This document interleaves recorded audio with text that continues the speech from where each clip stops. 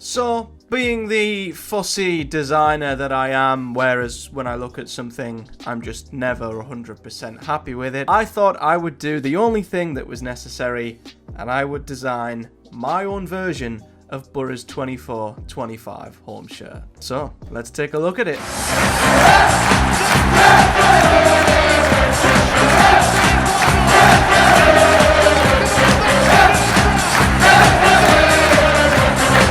So before we have a little look at what I've designed, my shirt that I've altered, I guess, based off of the one we've had this season, here's a reminder of what this season's Boro shirt looks like. I did do a reaction video of this the other day, and updates, it has grown on me quite a bit. I was initially a bit underwhelmed by the shirt. I thought it was a little bit boring, a little bit dull, but to be fair, the more I look at it, the more I do find it's quite smart. I think it's nice. It's a nice, smart shirt without being too out of this world or too mind-blowing, you could say. Is it a £55 shirt? Probably not for me.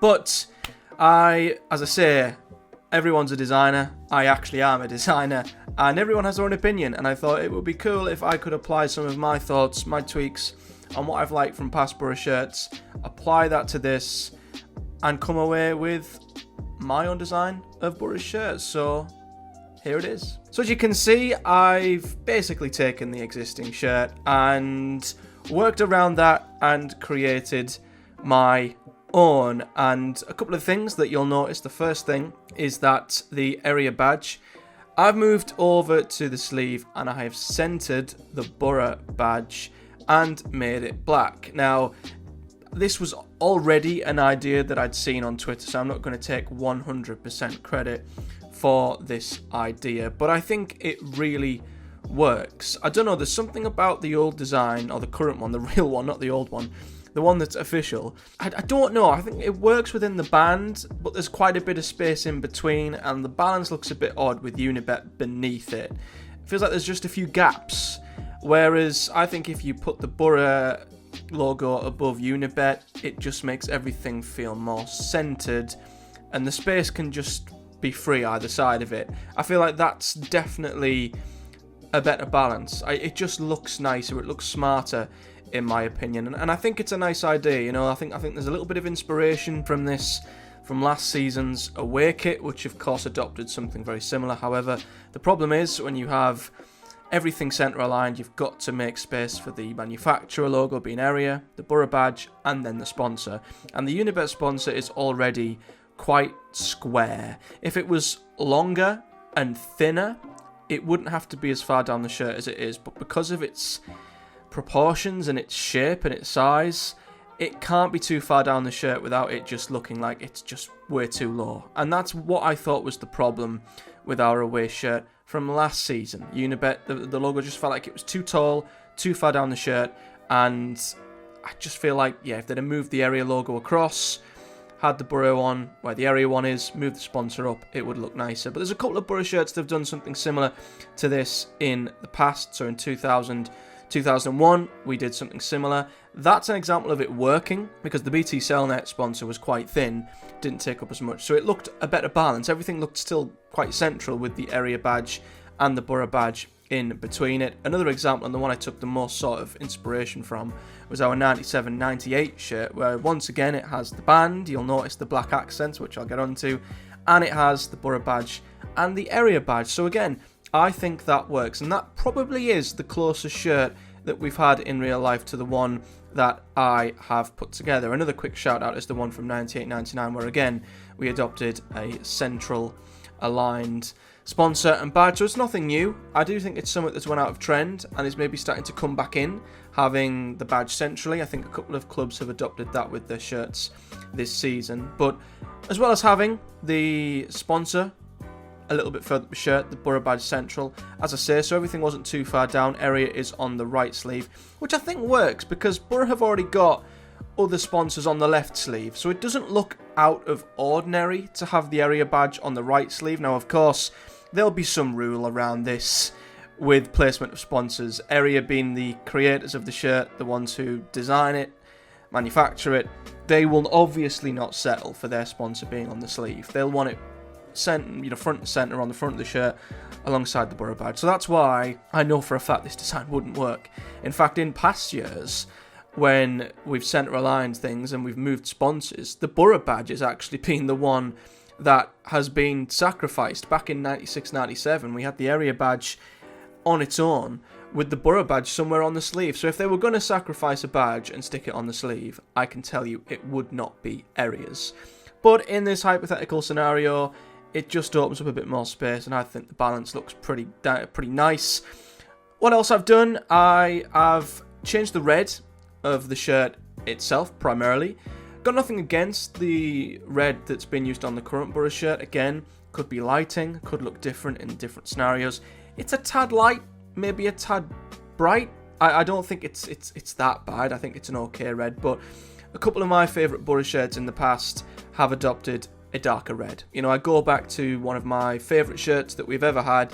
Maybe there's a little bit, as I say, of nostalgia and positive association with this shirt, but our 15-16 shirt that we got promoted in was a little bit darker. I think our Premier League shirt was also a tad darker. There's been a few Boro shirts that I think just look smarter with that slightly more darker tone of red, and I've adopted that with this Boro shirt. But I didn't just stick to a darker red, because if you'll notice, there is a subtlety, a subliminal stripe effect on the shirt, which I think just gives it a bit more life. I feel like when it is just a plain colour and it's quite a light colour, it can look a bit bland. That's probably one of the reasons why the current Boro shirt looks a little lifeless. But one thing they did a couple of years back, I think it was Hummel who may have done it, was the 18-19 Boro shirt. They added subtle stripes to it, and I feel like it's such a slight effect, but it works so well. It just adds that little bit of depth to the shirt that's barely noticeable. You know, it doesn't take away your attention from the shirt. You don't see that straight away. It doesn't take your attention away from the sponsors, who obviously want the attention on them. So in that case back then, 32 Red, Hummel, the Boro badge, you can't have a pattern that takes away from the sponsors. That's why I don't get why there's these outlandish patterns you see on shirts now. They're a bit much for me, but I think that's just enough. You know, if you notice it, it's nice, complements the shirt, just makes it look a bit more lively, but it's also subtle enough that you don't always notice it. And I've sort of took inspiration from that, and that's what I've based the design of this Boro shirt on, a slight red and white striped. There was another version that I did where I sort of also embossed a Boro lion onto the shirt. Not too sure if that works as much. It adds a bit of personality, I guess, to the shirt, and I've loved all the Boro shirts in the past that have, you know, put the transporter in the pattern. Hummel did something like that again in 21-22. They added the transporter bridge, which obviously is one of our biggest landmarks in Middlesbrough, in the background of the shirt, which I think looked really nice. I like it when they make kits a little bit more personal. You know, a criticism of the Adidas kits was that it was the same template that was reused for multiple clubs. And although I still think Adidas are the best manufacturers of kits we've had, you know, you'd see the same sort of kit being replicated quite a lot. And your kit wasn't as unique as maybe you'd like it to be, whereas Hummel added real nice personal touches to the shirt. But they're not the only ones who've done it. You know, in the past, Area have done that too. I go back to the 96-97 shirt. They had Boro as a pattern written down the shirt. There's been numerous other shirts in the past where we've had cool patterns of the Boro badge. 95-96, there was subtle patterns of Boro's circular badge in there. So that's something that, you know, again, could be added as a nice little subtle personal side of the shirt. But regardless of if there's a line there, I think the red looks darker, it looks smarter. The stripes add a bit more depth to it. And another thing I added that I thought was a slight little addition was the black accents around the band.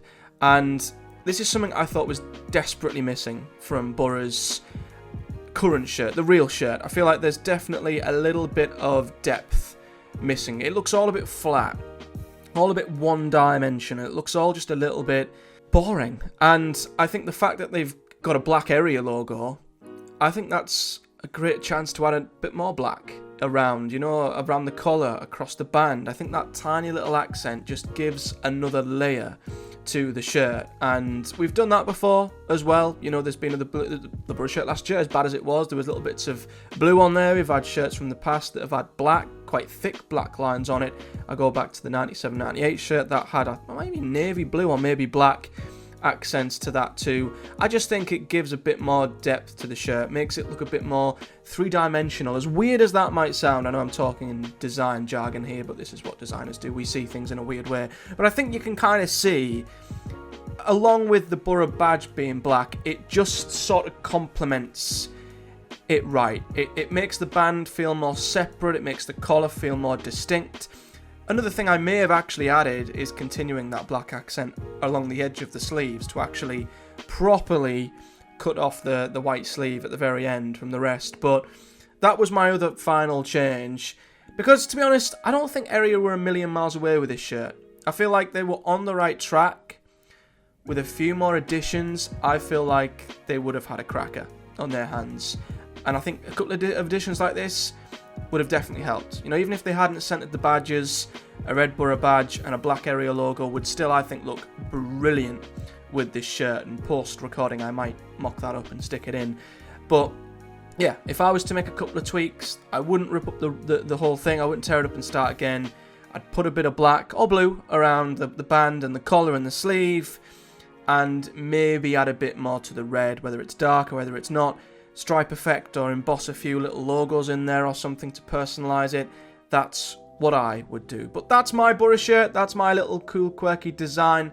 Hope you guys like that. It's not very often I make videos from my designer POV, but I'm sure you can kind of see where I'm coming from with this one. But if you've enjoyed it, do it a like on the video. If you like the shirt, like the video, and subscribe for much more Boro and football content to come. And do comment below your thoughts on this Boro shirt. Anything else you would do, you wouldn't do to improve it, or is this Area shirt just beyond repair for you? Because I know there's a lot of people who really don't like it. But until next time, do take care, guys, and I'll see you all in the next one.